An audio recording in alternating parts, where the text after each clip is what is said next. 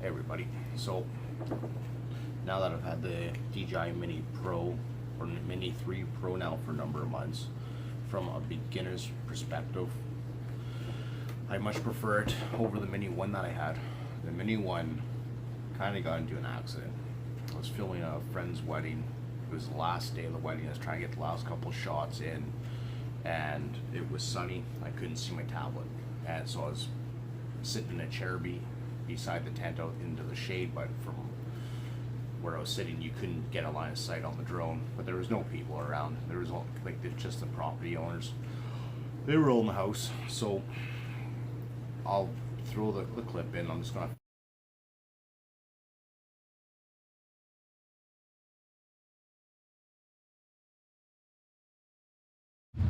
oops. Hopefully the video is well worth it. Let's hope. The Mini 1 is a good starting platform. That was the first drone I've ever owned. Never used one, never had no experience, so it was a learning curve. I was looking at the Mini 2. I can't remember what they call Mini SE, I think it was, the one in between the 1 and the 2, and then the Mini 3 Pro came out, and that's what this one is. I got the Fly More package and whatnot, so we're just going to touch base quick with at least the things I've tried, because I also got accessories, aftermarket accessories with it, but there was not a lot on the market because these things just came out in July, and when I got mine beginning of August, late July, something like that, somewhere in that area. So there was not many around. They were hard to get. I don't know what they're like now to find, like new wise, but they were hard to get. So give me a sec, I'm gonna tilt this camera down so then I can show you what's going on down here, and then we'll discuss what I got as well with it. I got the normal, I guess the entry level whatever controller. They use like 3 different controllers you can get. I went with the cheapest option. That was what was available. I should have got the Pro controller. I do like the fact of having that screen down here rather than having to use a cell phone or tablet all the time. With the Fly More package, you get this dock, or charging dock with it. This is your normal battery, which keeps you under 250 grams. Whereas these are the extended IntelliFlight batteries, and I haven't weighed the drone with them, but I know it puts you overweight. The difference is, though, depends on the conditions, but getting around the 30-ish mark out of the OEM. The Intelli batteries, it varies. I've been getting anywhere from 35 to 45, depends on wind conditions. Same thing as that. The normal battery will also depend on weather conditions. Now, when I got this drone, before I forget, you get a nice soft bag carrying case with it as well. So it didn't come with the gimbal protector. It didn't come with the blade protectors, and so we will start there. Now, at the time, there was not many options on Amazon, and that was not very long ago. Like say 2.5 months ago, roughly 2.5 months ago. OZ0 came as a kit with the gimbal protector, the prop guards, and landing gear. And the landing gear, I'll have to find another picture of the same one. I think I threw that one out, but it had like skids, kind of like a helicopter, and I kind of like that idea because this thing, these 3s, and I prefer the ones in the 2s for their setup.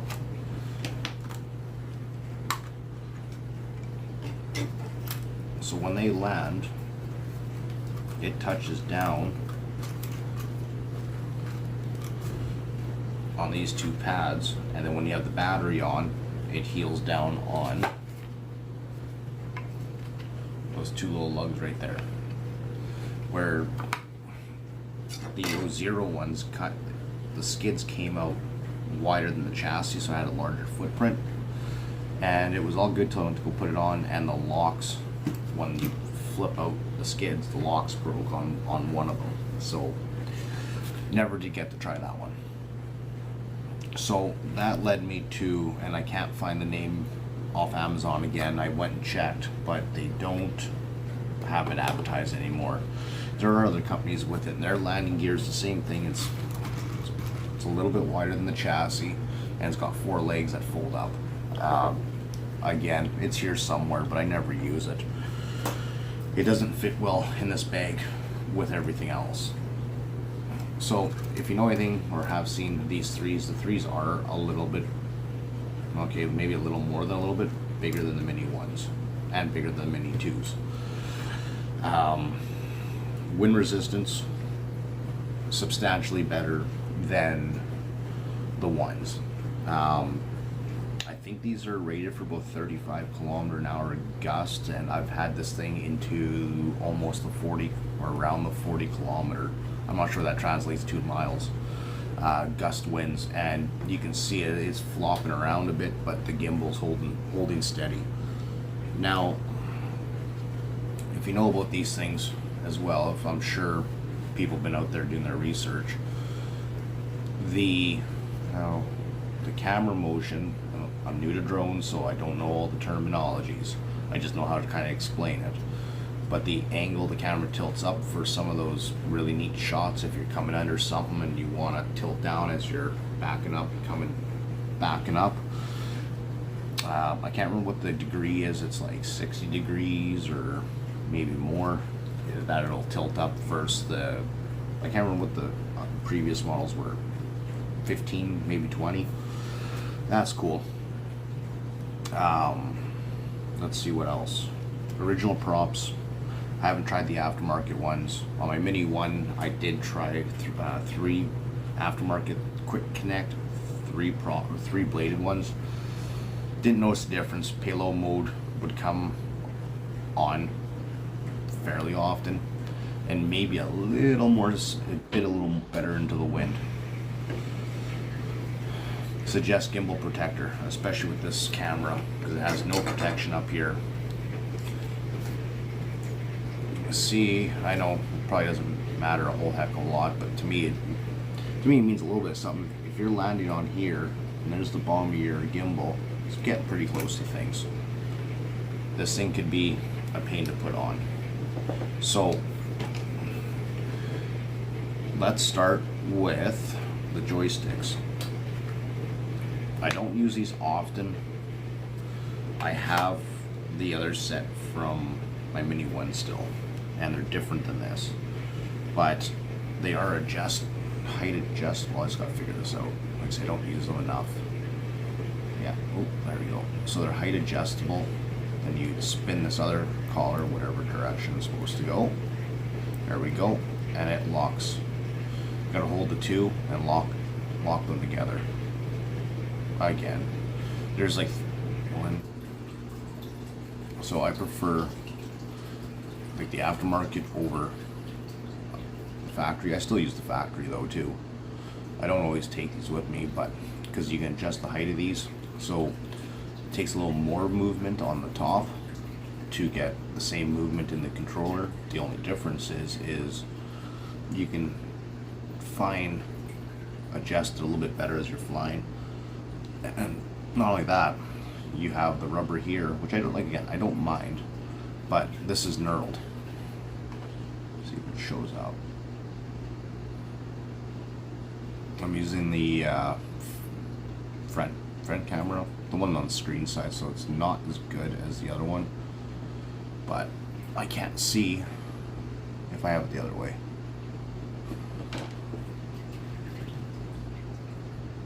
It doesn't show up very good, but anyways, it's knurled and machined on top there. So those are the joysticks, and those are from RC Geek. Actually, there's other ones that are coming out every week, every few weeks. There's new stuff coming out from different companies.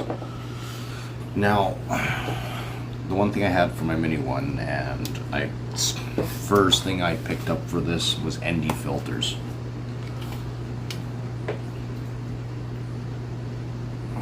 believe it goes all the way from 8 to 64. Yeah, 8, 16, 32, 64. You have your CPL and your UV filters.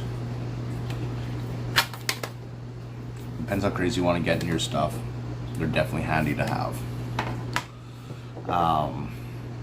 What am I had to write this stuff down. So we did the landing gear, we did the ND filters. Yeah, the OZ0 ones, like I said, I would not get those ones again. Maybe in a bit once they refine the plastic or type of plastic they use. So what I use for my screen though is an old cell phone.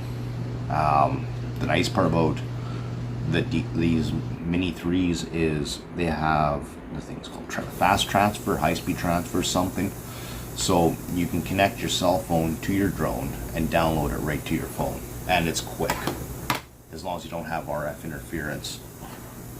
So the other thing I do bring with me sometimes, portable battery charger. This one, it's got your 4 ports, but more importantly it has USB-C up there for faster charging. It doesn't take long to charge the controller off of this. Batteries, I have not had this fully charged to charge the batteries. I know when they were low, I think I got 2 full batteries and the third one was like around 50%, but that charger wasn't full. What I like to bring with me, I have these, I get them off Amazon. This one's a USB-C to USB-C straight with a write. And if I'm using them on the controller or the battery pack, I like to use those because if you put them in a bag and you use the right angle on the controller or the battery pack, it's less apt to get damaged. But I still use also like the chargers that came with this drone as well. Now, if you haven't done your research, I will say the Mini 3 is well worth the money if you figure you're going to use it a little more often than none. My biggest thing is, and why I went this route, is because you have your sensors on the front, sensors on the back, and has your standard sensors on the bottom. Now, if I would have had sensors on the Mini 1, would I have still hit a tree? Probably not, because obstacle avoidance would have told me on the screen. So that's why I went with this route. I'm just blown away by how much better of a unit it is compared to the one. It's a huge step in as they progress through the last couple of years making these things. Like I say, I just wish with the controller I would have got the Pro controller with having that built-in screen. Controller life, I will run all 3 of those drone batteries, 2 extended flight time ones and 1 OEM one that came with it, and I will run all those out and still have at least 50% left in my controller or more. I haven't looked at the number to be specific on it, and that's with running Android phones on your RC controllers. They're always charging. Apparently Apple phones have a lot better battery life when it comes to running it off the controller. Beginners, kind of a weird one. If you run it in, is it H264, I think it is, I cannot, because I do all my editing on my cell phone, I cannot download it or edit it on my cell phone. I can view it, but that is it. So when I use Beginners, for all those who never, or even if you try to use that option, it works on Android for sure with the format of H.265. Works. Don't know. I don't know what the difference is, but it works. Like I can upload it to my phone, edit it, and whatever. Say la vie, keep going. If you're wondering what Beginners is, it's supposed to be like a cinematic mode for your videos. It's supposed to capture it more raw, unedited by DJI, by the processing or their software. Other than that, the range is so much better on this thing. I have had it so far, think it was over 3,000 feet out, and no issues. There's been no reception issues, no signal issues, nothing, no disruptions. It's been running 100%. So definitely have to be thoughtful about that and about your surroundings.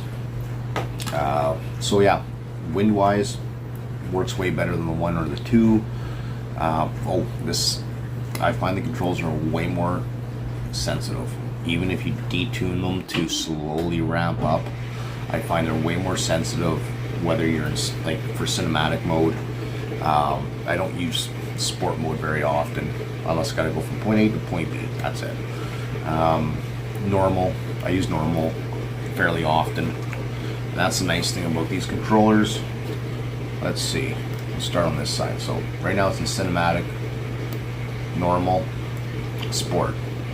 Every time you disconnect your controller or your drone and you reconnect it, it defaults back to the normal setting. So you have to go back and change, flick it back. Your pause or return home button. Your pause would be for, this thing's got like all the other, or majority of the other DJI drone options, like selfie, helix, circle. But I'm not familiar with them. I've been starting to tinker with them a little bit, but not too often. Record or take pictures. Try to recall. That switches video to picture. I think it's a fast double click. It'll take your camera, go from 16:9 to 4.3 or whatever format you're using, but it'll take your camera, like, literally take it from this and flip it over the other way, so instead of being wide, it's a tall picture or video. That's your little scroll deal for your camera to tilt it up and down. Like I say, I'm no drone expert. This is strictly from a beginner's perspective. Same thing as all the other controllers. You got a clamp. Some of the older ones go down here with 2 flippies. Cables. One's connection, one's for storage. Your charger, joystick storage. Apparently, I haven't tried it, but apparently you can hook a microphone up to here if you want to record audio into your video when you're flying, which is cool. Haven't tried it yet though. So, from a beginner's perspective, it's definitely, I personally think it's worth to have those sensors just as a safety feature. It's still inevitable.